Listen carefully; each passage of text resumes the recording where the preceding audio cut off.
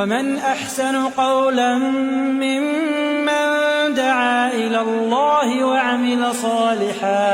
وعمل صالحا وقال إنني من المسلمين.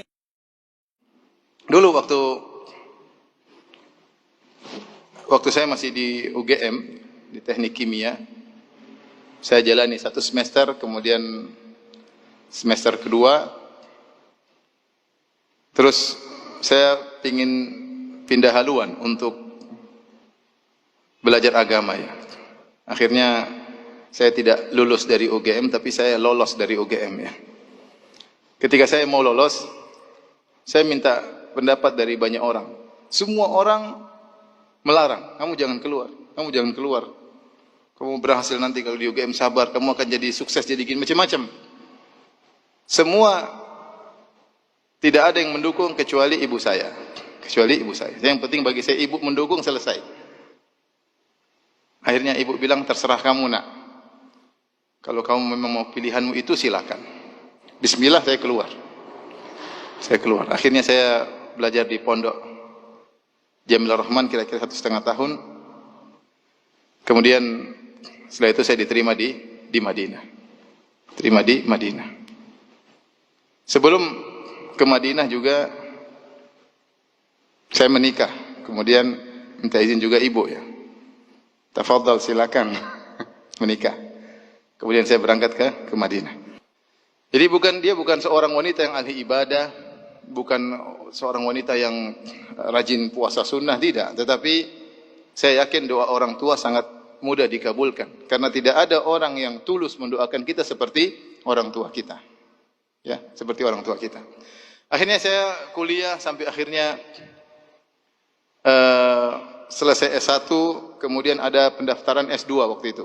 Pendaftaran S2 masuk Qismul Aqidah. Ketika itu ada isu, dikatakan kepada saya, Firanda, kamu jangan masuk situ. Kenapa? Yang diterima cuma 3 orang. Akhirnya saya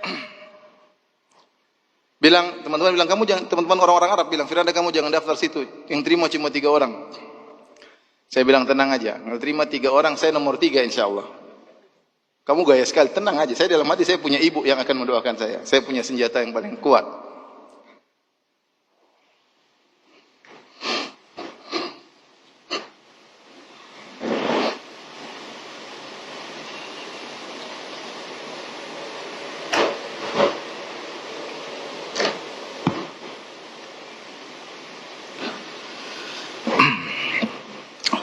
Akhirnya ada lagi bilang, Firanda, alhamdulillah sekarang dengar-dengar isunya diterima 5 orang. Saya bilang, tenang, saya nomor 5, jangan khawatir. Jadi mereka, teman-teman saya tambah jengkel. Kamu sombong banget, tenang aja, saya nomor 5. Akhirnya benar, waktu ujian, hari pas mau ujian, pagi-pagi di sana, jam sebelumnya, saya telepon ibu ya. Saya telepon ibu, sholat malam, saya bangunkan. Sini di Madinah masih mungkin jam 12 malam, saya telepon. Sekarang bu, mama bangun, sholat. Saya telepon istri saya juga, bangun, sholat. Karena besok ujian. Ini ikut ujian. Alhamdulillah ketika pengumuman qadarullah itu saya nomor 1. Saya nomor 1. Setelah itu kita terima 18 orang. Dari 18 orang ini atau 20 orang saya lupa, harus tes lagi Quran. Yang terima rata-rata IP-nya 5. Kira-kira di Madinah IP-nya 5. Saya IP cuma, saya lupa 4,8 kalau nggak salah. Teman-teman saya banyak IP-nya 5 ketika itu. Kalau nggak salah berapa hari kemudian ujian Quran. Ujian berikutnya, wah ujiannya susah. Rata-rata teman-teman menyetor 30 juz. Saya cuma ngambil kadar minimal 5 juz. Saya nggak punya banyak hafalan. Kamu Firanda berapa 5 juz? Oke. Kita hadir, yang menguji pakai e-call, kemudian tegang, satu orang ditanya, mengerikan, saya lihat dari luar, mengerikan nih, gimana saya bisa jawab atau tidak. Jadi kondisinya menegangkan. Akhirnya saya telepon ibu lagi, saya punya senjata. Mak, sekarang mak berdoa. Sekarang. Anda lagi, saya bilang nama saya Anda lagi ujian. Kenapa Anda? Sekarang lagi doa. Mama sekarang berdoa ya, sekarang mak. Terus saya matikan. Mama saya berdoa, mungkin sekitar 5 menit, ada syekh lewat. Firanda, kamu ngapain sini? Ujian Quran. Mana? Sudah, kamu sama saya aja sini. Akhirnya cuma surat Al-Baqarah ya. Akhirnya saya diterima. Ini maksud saya doa orang tua itu sangat penting. Kemudian ketika saya selesai S2, ada pendaftaran S3. Saya sudah capek belajar ya. Antum juga mungkin capek belajar ya. Saya sudah capek belajar. Tiap hari ujian, saya nggak mau. Saya mau uji orang, masih uji terus, saya nggak mau. Akhirnya saya bilang sama istri saya, yang saya cintai, saya bilang, sayang, kayaknya Abi udah nggak mau kuliah lagi, nggak mau lanjut. Capek belajar terus. Jadi saya menangis. Masih pingin tinggal di Madinah. Udah capek, udah pulang aja kita di Indonesia udah. Kita dakwah udah capek, belajar disuruh belajar ini, belajar capek. Istri saya akhirnya nurut ya, sudah, dia pulang. Tapi ada mama, saya harus bilang dulu, Mak, saya bilang nama saya Anda ya, Mak, Anda mau pulang. Kenapa? Gak lanjut? Enggak, capek Mak, belajar capek. Kata mama saya, kata ibu saya, sudah, Anda masuk aja ujian. Pokoknya masuk aja ujian. Terima nggak terima, masuk ujian. Kalau nggak terima pulang. Sudah, akhirnya saya masuk ujian dengan kurang persiapan. Karena memang saya niatnya mau pulang. Karena melaksanakan nasihat orang tua, akhirnya saya masuk ujian. Waktu itu ujian sekitar ada 80 orang atau 100 orang saya lupa. Dari berbagai kota di Arab Saudi. Mereka datang ke Universitas Madinah untuk masuk ke S3. Karena diterima 10 orang. Diterima 10 orang. Saya masuk itu ujian 3 jam. Kalau saya lupa, coba tanya Ustaz Abdul Roy. Saya lupa. Waktu itu saya ujian bareng Ustaz Abdul Roy. Masuk S2 ke S3. Hafizahullah ta'ala. Kemudian ujian mungkin baru sejam, saya sudah keluar. Teman-teman sampai tank masih minta tambah waktu. 3 jam mereka masih kurang waktu. 1 jam saya sudah keluar. Saya keluar, 2 hari kemudian, 3 hari saya agak lupa, ditelepon. Firanda Ta'al. Kenapa Syekh? Kamu diterima. Lah, kok bisa? Saya datang. Saya tahu saya nggak bisa jawab. Yang penting saya jalankan perintah orang tua. Kemudian saya dipanggil ujian. Saya tidak persiapan. S3 minimal 10 juz. Kalau mau masuk minimal 10 juz. Waduh. Itu besoknya. Jadi hari itu saya dengar. Besoknya harus datang. Hari itu saya murojaah. Murojaah. Cuma dapat 9 juz. Nah, karena lupa. Saya memang tidak ada persiapan untuk ini. Jadi saya cuma bisa 9 juz. Saya sampai tiba di tempat ujian. Saya bilang, saya sudah murojaah dari kemarin cuma 9 juz. Kamu hafal Maryam Kahfi enggak? Hafal, itu 1 juz katanya. Pas 10 juz. Jadi banyak hal-hal yang sulit yang saya hadapi. Tapi saya punya senjata doa orang tua. Ketika orang tua saya sudah 2 hari tidak ada, baru saya merasa agak berat.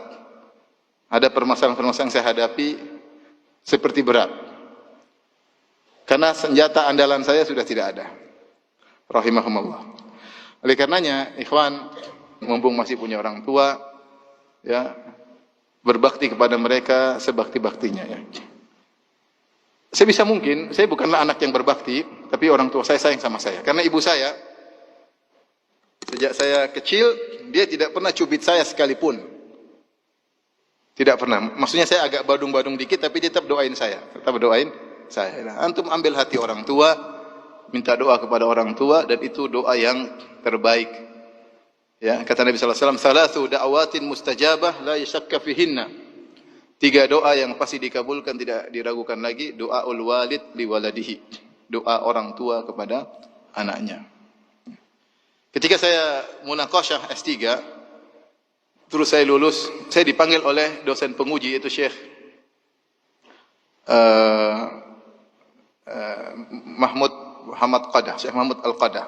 Dia orang aslinya dari Kedah, dari Malaysia, tapi dia belajar di Madinah sampai mengambil profesor dan dia punya kedudukan tinggi di Universitas Madinah. Maka dia panggil saya, dia ingatkan, dia bilang, "Hai Firanda, kamu jangan ujub, kamu jangan sombong, kamu tuh tidak ada apa-apanya, kamu sama dengan yang lainnya, yang lebih pintar dari kamu juga banyak. Tapi menurut saya kamu berhasil karena orang tuamu. Kamu berhasil karena orang tua. Saya pun demikian. Yang lebih pintar daripada saya juga banyak, tapi alhamdulillah saya dapat posisi ini karena berkat apa? Orang tua." Satu yang saya sesalkan, dia sampaikan sambil menangis. Satu yang saya sesalkan, saya dulu malu-malu minta doa sama orang tua. Ya, ketika orang tua saya meninggal baru saya sesalkan hal tersebut. Jadi antum jangan lupa kalau mau kemana, telepon orang tua. Minta doa apa? Orang tua. Berusaha hidup ini membuat orang tua berbahagia. Kalau ibu lihat antum, ibu senang. Jangan lihat antum ibu mukanya kusut, jangan ya. Karena antum memang bermasalah ya. Sehingga kalau antum dilihat ibu jadi kusut, bapak ngelihat antum jadi jengkel ya. Kok bisa ada anak seperti ini ya? Oleh karenanya, ini yang pertama, jangan lupa mau sukses apapun di dunia maupun akhirat, jangan lupa untuk berbakti kepada orang tua. Saya punya teman di Jakarta, dia kerja, dia bilang sama saya, Ustaz, saya kerja sehari mungkin cuma sebulan cuma 3 jam kalau di total kerja saya. Cuma telepon saja, telepon saya telepon sini. Dia bilang suatu hari, sebabnya dia dapat kemudahan seperti suatu hari, ibunya punya hutang dan lagi ditagih-tagih. Dan dia waktu itu sudah nabung uang selama setahun kalau tidak salah 15 juta. Ibunya sedang ditagih-tagih. Akhirnya ibunya bilang sama dia, akhirnya dia bayar 12 juta. Uang dia 15, semua tabungan dia 15 bertahun-tahun, ibunya butuh 12. Akhirnya dia bayar, tapi dia bilang sama ibunya, Mak, kata Bu, coba cek lagi masih ada utang yang lain enggak? Masih ada enggak? Ibunya bilang, cek-cek, ternyata masih ada, Nak. Masih ada 3 juta lagi. Pas 15 juta. Jadi uang semuanya dikumpulkan, dia gunakan untuk bayar utang ibunya. Sebenarnya sekarang cuma kerja 1 bulan 3 jam, penghasilan ratusan juta. Artinya saya bilang ini berbakti sama orang tua, bukan cuma kesuksesan di akhirat saja, di dunia juga apa? Sukses.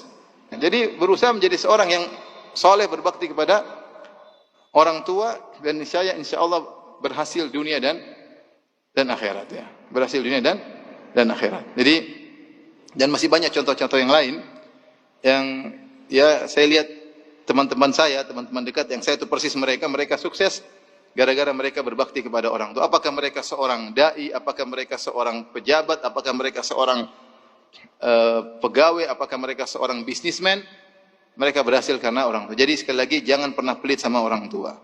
Kalau orang tua pelit sama antum dulu, antum tidak akan sehat seperti ini. Ya, misalnya orang tua anak lagi sakit, sudah cari dokter yang murahan aja. Kasih susu yang murahan saja. Antum mungkin kurus krempeng kecil. Ya, tapi ternyata antum Masya Allah kuat, segar. Berarti orang tua dulu tidak perhitungan. Sampai sebagian orang tua jual sawah, jual ini, jual anu. Karena antum belum jadi orang tua, jadi nggak ngerti ya. Kita udah jadi orang tua, bagaimana sayang kita sama anak-anak luar biasa. Meskipun anak-anak mungkin kurang ngerti. Jadi orang tua tidak pernah perhitungan sama anak-anak. Jangan antum sudah besar nanti perhitungan sama orang tua. Sekarang antum masih belajar. Nanti kalau sudah sukses, jangan sampai perhitungan sama orang tua. Sama orang tua pokoknya jor-joran. Disitulah pahala sangat besar. Kata Nabi SAW, فَفِيهِمَا فَجَاهِدْ. Maka berjihadlah untuk berbakti kepada kedua orang tua. Berbakti kepada kedua orang tua butuh perjuangan. Sampai Nabi mengatakan itu adalah jihad. Perjuangan waktu, perjuangan pikiran, perjuangan perasaan. Apalagi orang tua sudah tua. Mungkin pikun, mungkin suka ngomel-ngomel. Sabar. Itu adalah surga kita. Ilzam rizlaiha fathammal jannah. Kata Nabi, lazimilah kedua kaki ibumu, disitulah surgamu.